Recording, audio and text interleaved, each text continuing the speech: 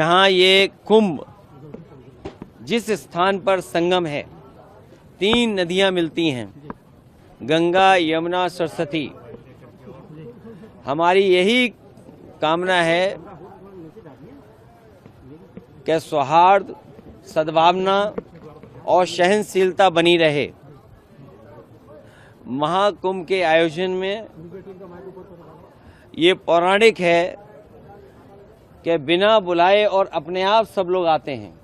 अपनी व्यक्तिगत आस्था है उनकी सबकी। आज हमें भी मौका मिला है। मैं आज महाकुंभ में स्नान कर करके जा रहा हूं। मैंने 11 डुबकी लगाई हैं। सर, योगी जी ने कहा यूपी का बंटवारा नहीं होना चाहिए, क्या कहेंगे आप?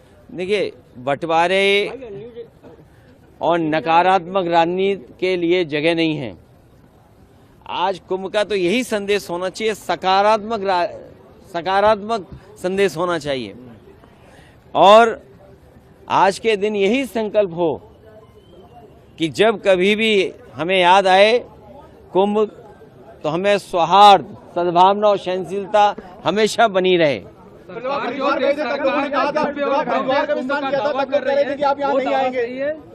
देखिए,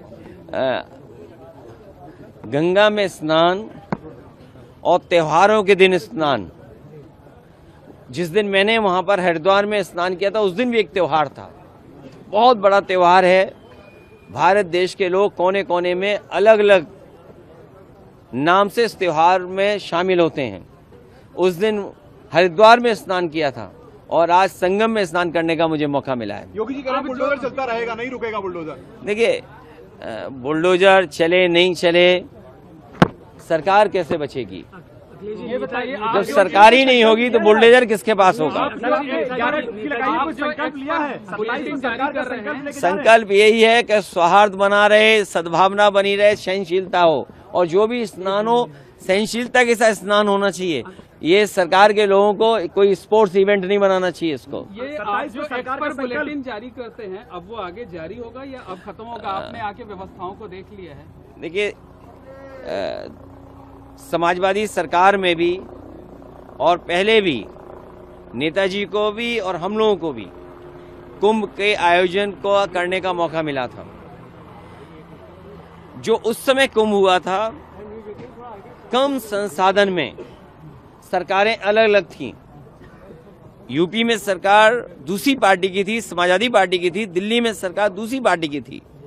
लेकिन उसके बावजूद भी कम संसाधन में 800 और 1300 करोड़ में वो महाकुंभ या कुंभ से जो 12 साल बाद होता है वो कुंभ कराया गया था। सर, पहले और आज तो सुनने में आ रहा है कि 7,000 करोड़ 10,000 करोड़ खर्च हो रहा है। अगर यहाँ लोगों को असुविधा हो रही है चलने के लिए, मैंने खुद अपनी आंखों से देखा है कि बुजुर्ग, जो महिलाएं हैं, जो पुरुष हैं, वो कितनी दूर से चल करके आते हैं। अगर आप कुंभ में इतने 1000 करोड़ रुपए खर्च कर रहे थे तो कम से कम बुजुर्गों के लिए कोई ऐसी व्यवस्था होती जो बुजुर्गों को ज्यादा पैदल नहीं चलना पड़ता।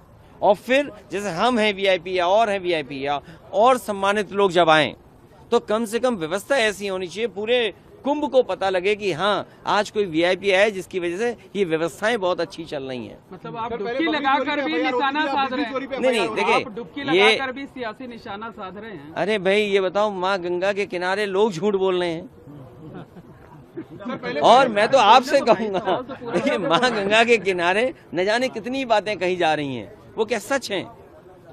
लेकिन अगर आयोजन 1300 करोड़ में अच्छा हो सकता है, 800 करोड़ में अच्छा हो सकता है, तो 10,000 करोड़ में, 7,000 करोड़ में कितना अच्छा हो सकता है।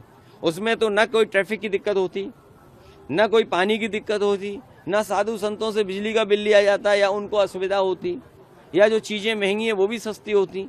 अरे, इतना कुछ हो सकता था 10,000 करोड़ में।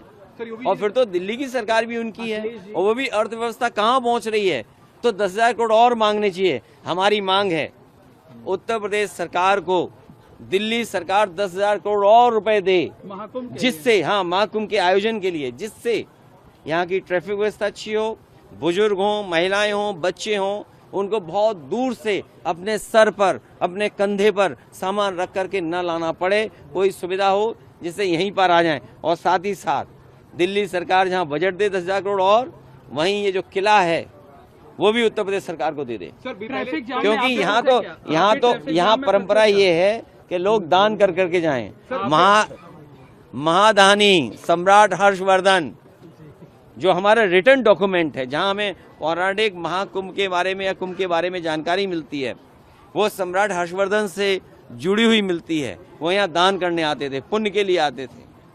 हम भी आज